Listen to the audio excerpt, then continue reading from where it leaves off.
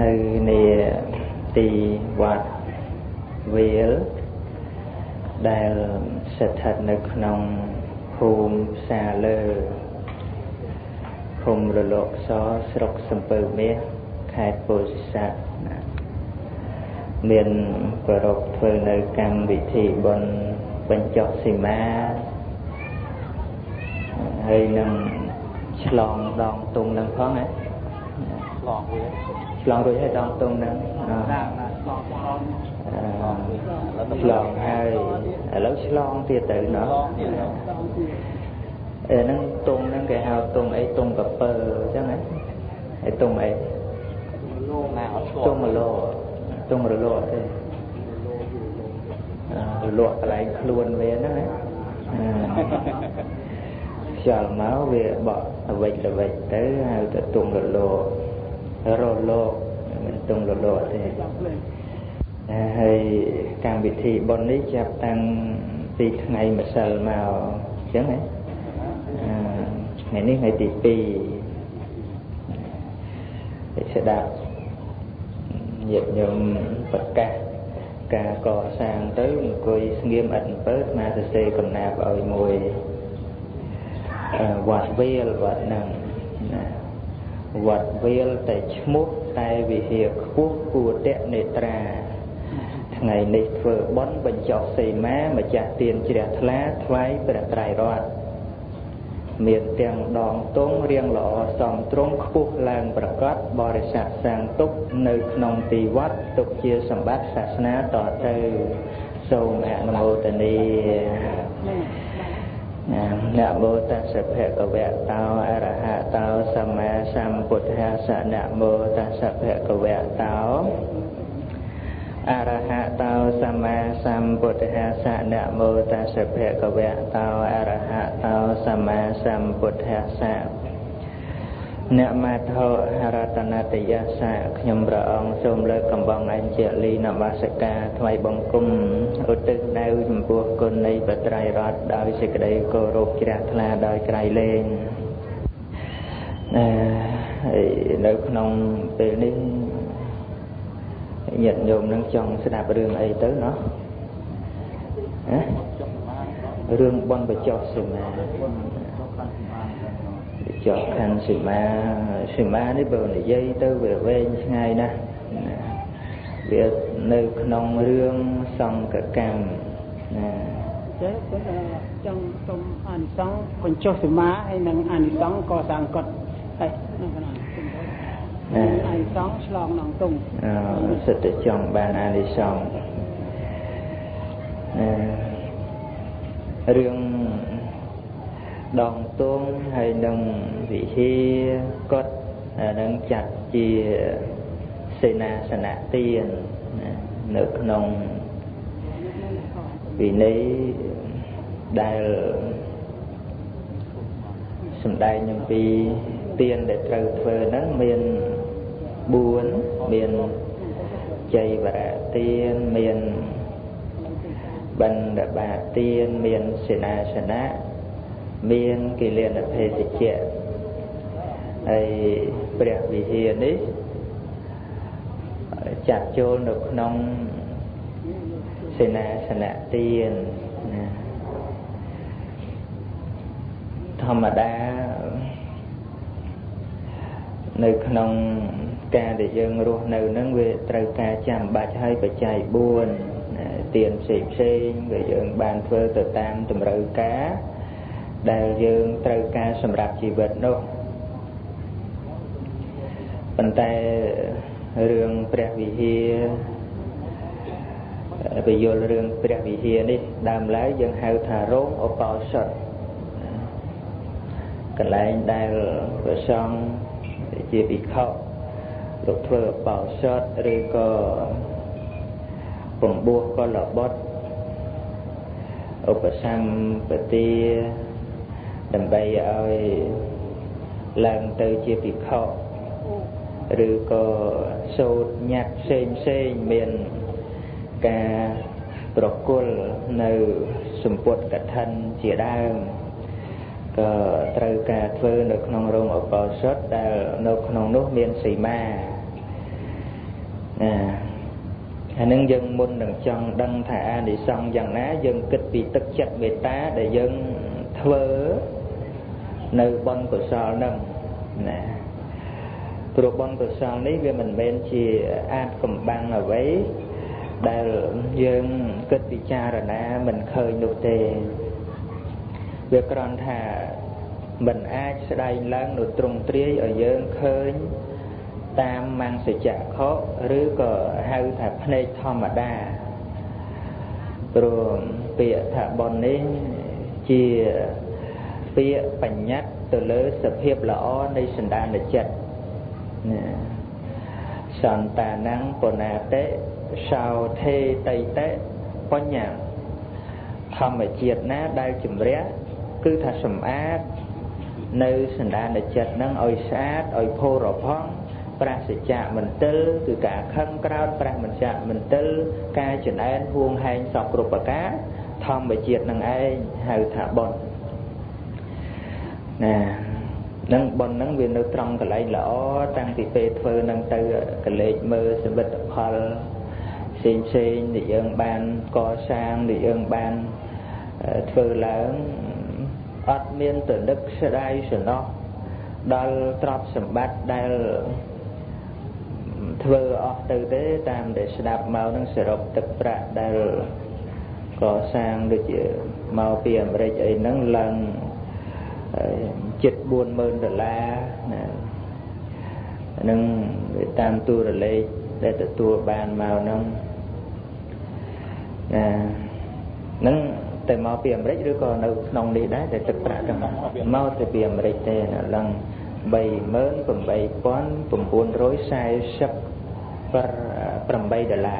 ណានឹងហើយនេះកើតឡើងដោយសារទឹកចិត្តហ្នឹងវាមានអាបុណ្យហ្នឹងវាកើតក្នុងចិត្តហ្នឹងបុណ្យហ្នឹងវាប្រព្រឹត្តទៅក្នុងកាល3បព្វចេតនាគឺចេតនាខាងដើមហើយមុញ្ញនចេតនា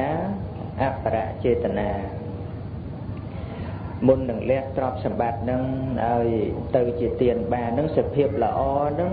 វាកើតក្នុងសន្តានចិត្តនៃម្ចាស់ទាននឹងអាសភាពល្អដែលកើតឡើងចង់លះទៅជាទាននឹងហើយហៅថាបុណ្យនោះប៉ុន្តែថាយើងចង់និយាយឈ្នះចាញ់គ្នាគិតតែបុណ្យឥឡូវឲ្យចាប់បុណ្យនឹងឲ្យមើលបុណ្យនៅតាណាអាហ្នឹងយើងនិយាយចង់ឈ្នះចាញ់គ្នាទៅទេណាតែបើយើងនិយាយដោយហេតុផលដោយការចង់ចេះចង់ដឹងសួរឡើងដើម្បីបាននូវប្រយោជន៍គឺយើងពិតជាអាចពិចារណាបានហើយយើងយល់ពាក្យថាបុណ្យហ្នឹងវាស្ថិតនៅជាមួយនឹងនាមធម៌គឺចិត្តសន្តានដែលមានសទ្ធាសតិហិរិអោតបៈជាដើមបើបុណ្យហ្នឹងវាជានាមធម៌វាទល់តែយកនាមធម៌ដូចគ្នាហ្នឹងទៅតាមដានមើលទៅពិចារណាមើលទៅអាចឃើញនៅបុណ្យនោះតាមពិតប្រកបបាននឹងដូចសំបីត្រឹមចំណេះវិជ្ជាដែលយើងសិក្សានៅក្នុងសាលារដ្ឋក្តីសាលាឯកជនក្តីមួយឆ្នាំហើយមួយឆ្នាំទៀតពេលប្រឡងជាប់បាក់ឌុបឬក៏មហាវិទ្យាល័យអីយ៉ាងណាក៏មិនអាចដើម្បីចាប់ថាស្អីជាតួចំណេះវិជ្ជាហ្នឹងមកបង្ហាញឲ្យគេឯងឃើញបានទេប៉ុន្តែគេអាចដឹងបានថាអ្នកហ្នឹងជាអ្នកចេះអ្នកហ្នឹងជាអ្នកមានចំណេះវិជ្ជាដោយសម្គាល់ទៅលើចរិយាការប្រព្រឹត្តនិងការបំពេញកិច្ចការងារអាហ្នឹងក៏អាចព្យាករឬក៏អាចប៉ាន់ស្មានថាអ្នកហ្នឹងជាអ្នកចេះដឹងអាហ្នឹងគឺបានសម្គាល់តាមអកប្បកិរិយាខាងក្រៅហ្នឹងតាមការបំពេញកិច្ចការងារតាមការនិយាយស្ដី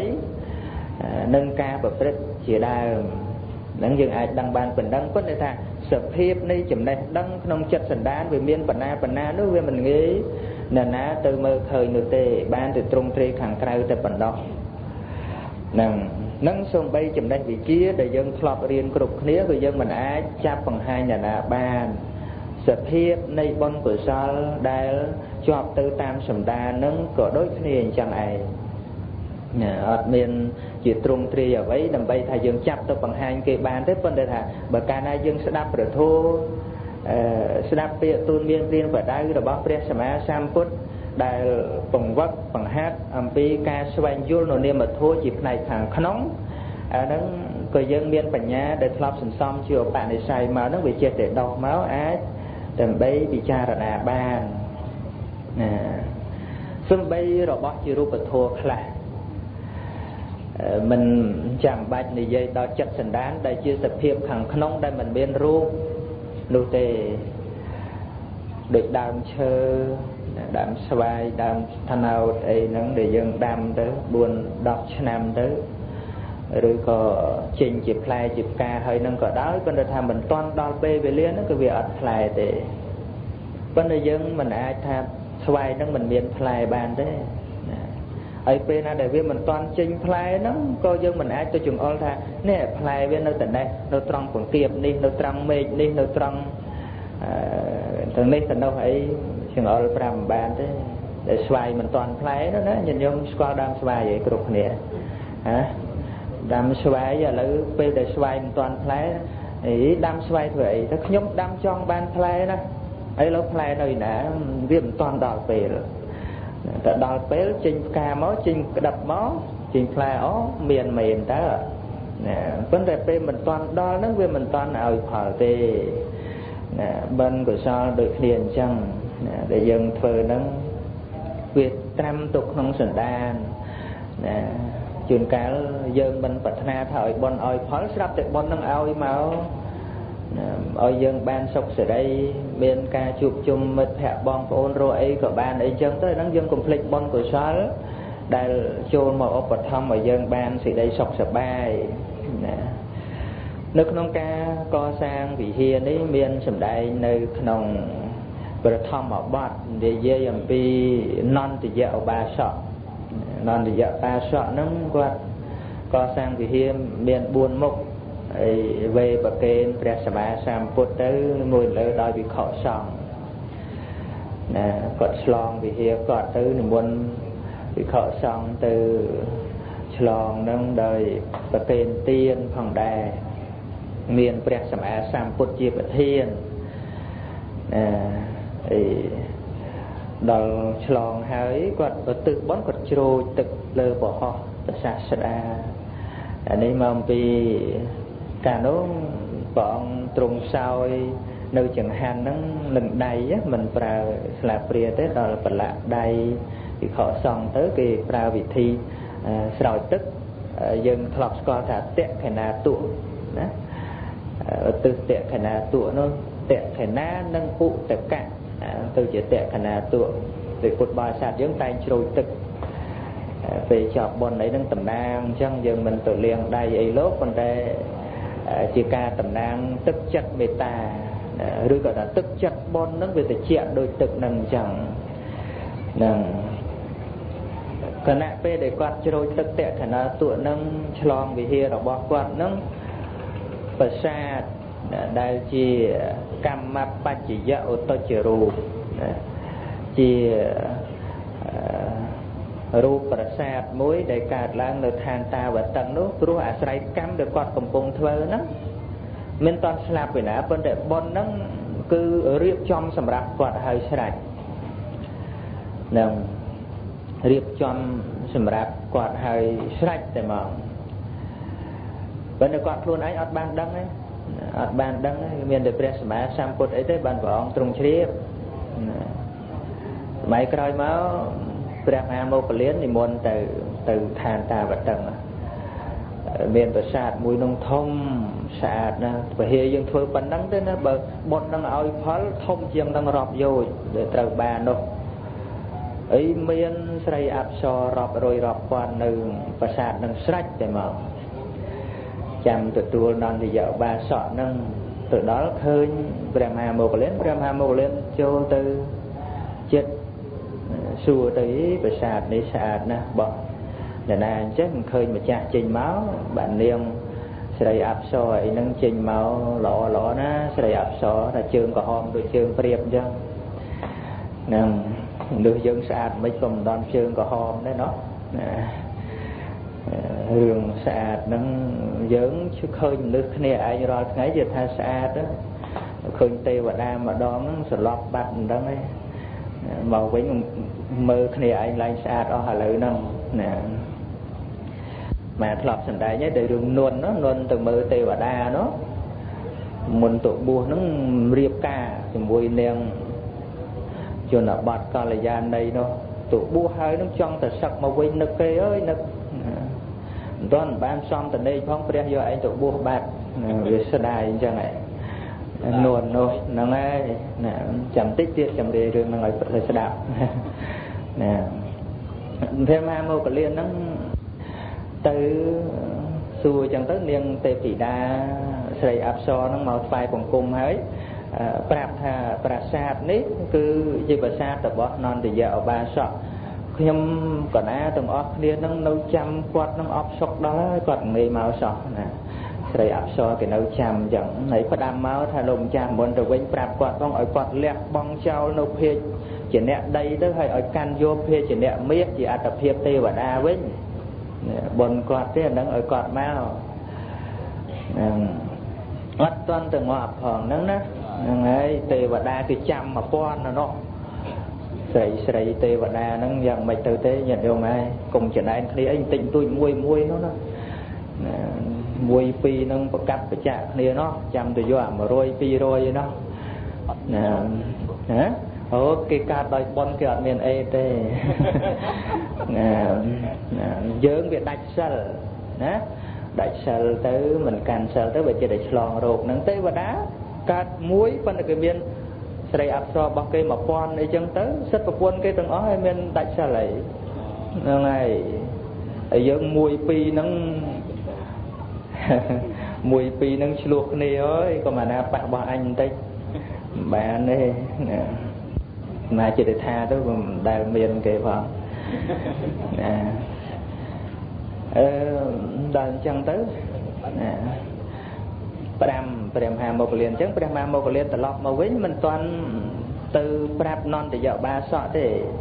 cái lôi thà về dạng mấy cái đường nó tu Pram sắm sàm phật vẫn là mình Pram thà luôn này bàn từ để từ đó Pram tu vợ ông thà bom bật vợ ông đã chìm ra tăng miền bộc cồn khla nơi nông lục này nó phơi bon cửa sò hái mình toàn đừng slap phong slap tệ bon nó tạ tay như miền bờ sa miền bo để ba ấy chăm trắng tạo miền đấy vợ ông thấy chưa cái mâu cái liền ấy tôi khơi luôn ấy hay tạo chăm bạch su thật hà cột ấy tiệt bàn rồi một cái liên lục ở tiền nó bon của sáu lọ chẳng là bảo cô thì phớ ban bảo ông thằng đại bậc kia tha môi tha bon nâng tay tại rôm trăm bộ cô đại thừa hái đôi chỉ mất thẹn bay kia vú ấy pe để lưu tầm nâng thà chết một chuột kia vì rôm trăm kia trong chuột kia đôi sự đây dạng ná bon đại bộ cô ban thừa hái nâng cứ rôm trăm bộ cô đại thừa hái đôi nhiệt nhôm nó Americ còn là tham máu nó bom ô nó máy nó trăm từ tù chẳng nè bọn nâng chăm từ tù dân chẳng nâng đi chỉ bốc ở lia thật than khắc về mình chỉ cho ra này tới bên là về thua nâng sầm đánh cho ra na ca co sang nơi vị hia nơi chìm rô cái ní nơi trên đâu nông riêng mẹ cả miền nục ấy nâng có mà lọp sầm đánh hai nè ấy lấy dân ban phơi chìm rô chỉ preo vị hía chua lâu cay phần nơi chìm rô mùi tiết để trâu co sang để nút chìm rô lâu chật cùng ơi về hía thống tự chẹt là hấm chôn máu bên là máu mơ một niềm tròn nâng vừa bỏ ọt tự chẹt lâu chật nó vì tự chẹt từ lâu cay bên vực đâu cả hai lâu chật về hía phần mấy còn lên tự chẹt đây nâng về híaនេះlà muốn xa chặt là xa vui thì đi chỉ đẹp là phần để càng nghe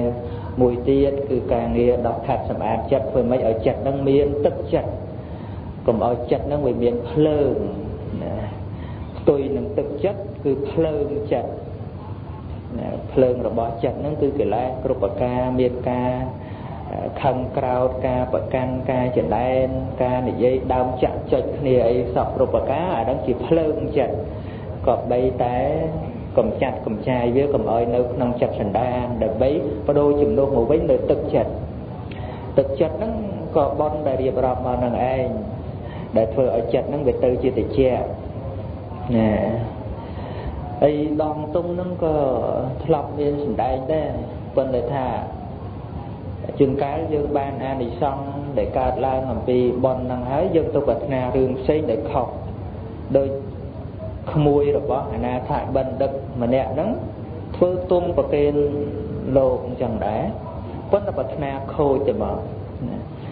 ដោយអំណាចខ្ញុំធ្វើទុំប្រគេនព្រះសាសនានេះកើតជាតិណាប្រពន្ធគេហើយនឹងកូនកំមុំគេក៏លេចឃើញស្រឡាញ់ខ្ញុំមកទាំងអស់ណាដួសប្រមាណបានទាំងអស់ឲ្យតែចង់បានព្រោះណាអញ្ចឹង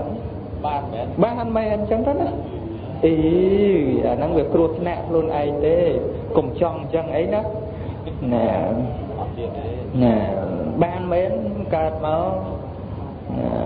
កណាឃើញអានេះវាជាងសារកាកលេចញឹមទៅទៀតណាបុណ្យហ្នឹងវាតាក់តែងឲ្យអញ្ចឹងប៉ុន្តែបានព្រះអង្គសម្ដែងប្រោសទៅបើមិនដឹងខ្លួនទេនៅត្រេកអរនឹងប្រពន្ធគេត្រេកអរកូនគេហ្នឹងរួចតែពីហ្នឹងទៅអស់ផលបុណ្យទៅវាមិនទៅណាមិនទៅនរកណាទៅប្រាថ្នាអីអញ្ចឹងនោះប្រាថ្នាយ៉ាងម៉េចបានអញ្ចឹងណាបុណ្យណាដូចយើងមានលុយអញ្ចឹងបើយើងមានលុយហើយយើងយកទៅទិញរបស់ល្អវានឹងកាន់តែល្អទៅណាយើងទៅប្រើប្រាស់នៅក្នុងរឿងល្អកាន់តែមានប្រយោជន៍ទៅប៉ុន្តែយើងមានលុយដែរតែយើងយកទៅប្រព្រឹត្តលបាយអបាយមុខរឿង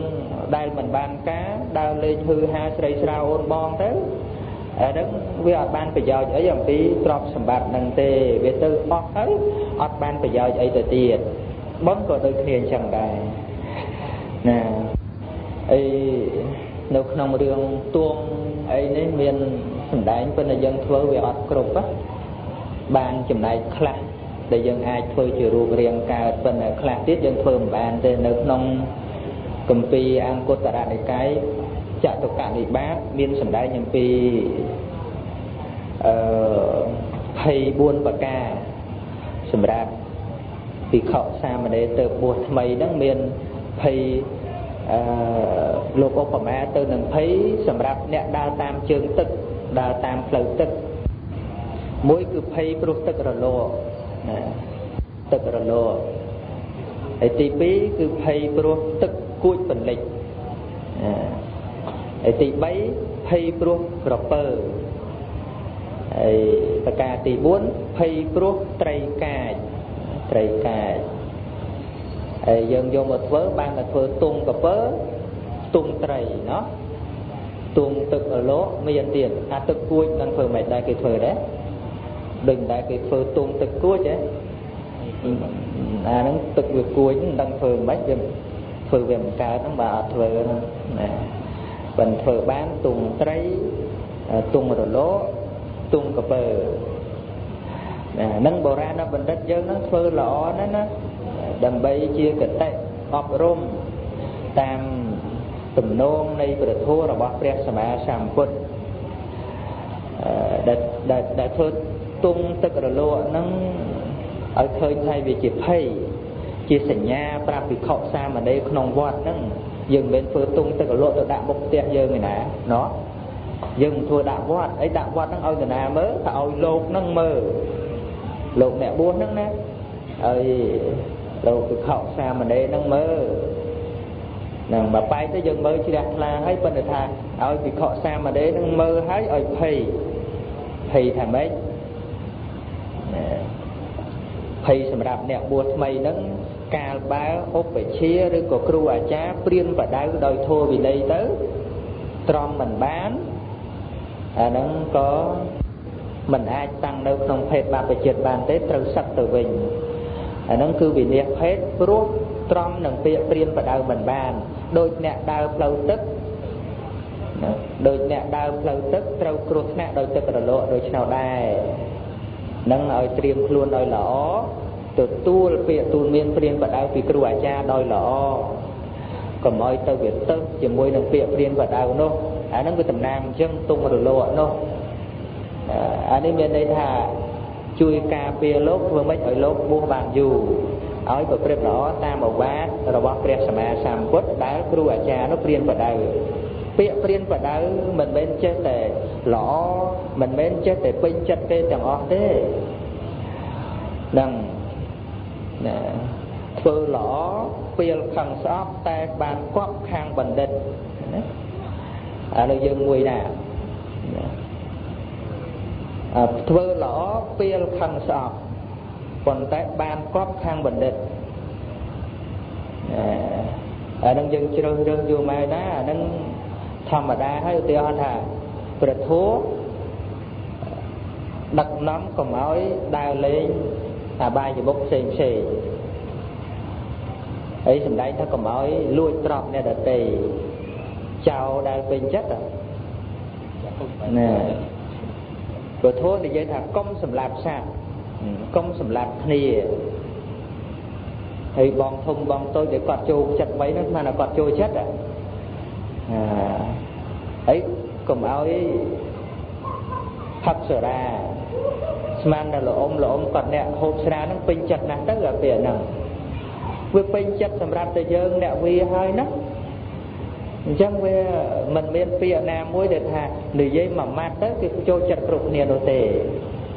ដូច្នេះពាក្យទូលមានព្រានបដៅហ្នឹងមិនមែន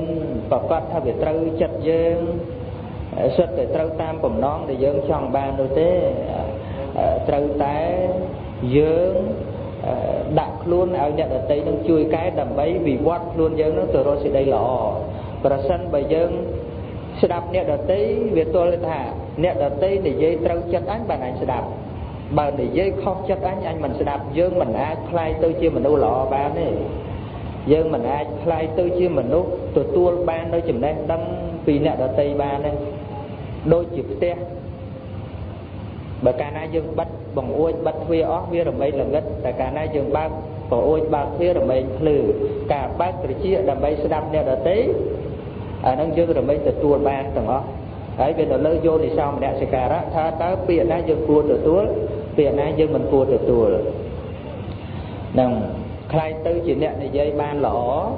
ក៏ត្រូវតែជាអ្នកស្ដាប់អ្នកដទៃបានល្អដែរនឹងហើយទងបកាមួយទៀត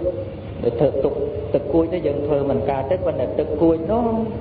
អានឹងដូចបញ្ញកាមគុណដែលរូបសម្លេងក្លិនរសហត់ថាពៈហ្នឹងភិក្ខុសាមណេរ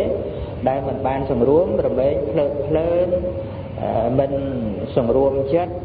រមែងល្វើល្វាយបួសក៏មិនបានយូរដែរចង់សប្បាយដោយ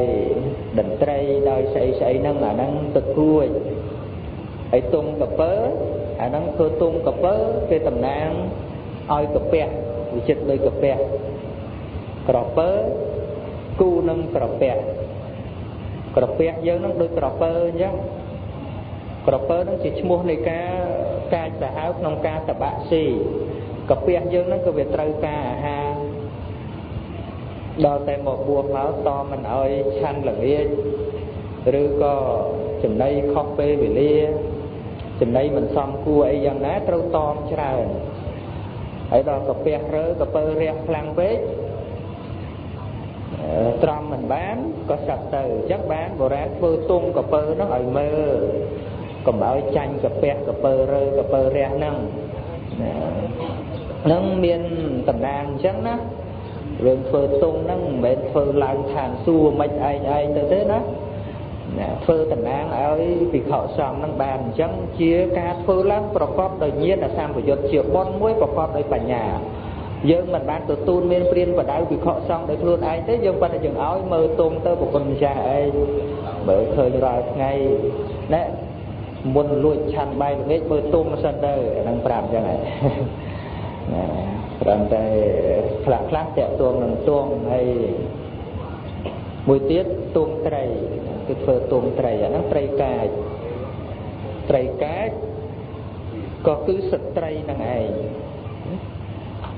ស្ត្រីមេតុក្រៀមនិយាយពាក្យធម្មតាថាស្រី ស្រីហ្នឹងដូចត្រីកាអញ្ចឹងដាក់ជើងជ្រុលខំឥឡូវហ្នឹងអាហ្នឹងនិយាយសម្រាប់បព្វជិតបើកាលណាមិនសម្រួមទេចិត្តតាក់ទួងនិយាយសើចលេងចុះឡើងចុះឡើងយូរទេលោកហ្នឹងត្រីកាចហ្នឹងខំយកទៅបាត់ឥឡូវហ្នឹងណែហ្នឹងណាបានព្រះអង្គឲ្យសម្រួមនឹងព្រោះស្ត្រីហ្នឹងចងបរោះហ្នឹងមានចំណងច្រើនណាស់សម្រាប់ចងនោះណាជាងការចងដោយសើចស្រីសើចហ្នឹងក៏ចងដែរណាហ្នឹងហើយកុំមកថាគេសើចសំអីនោះយំក៏ចងយំក៏ចងនិយាយក៏ចងបណ្ណាការឲ្យអីបន្តិចបន្តួចចងអាហ្នឹងចងដែរហ្នឹងហើយច្រើនណាស់ចំណងនោះណាប៉ុន្តែប្រុសនឹងចូលចិត្តឲ្យតែគេចងដែរណាបើគេចងបាននោះហ្នឹងហើយ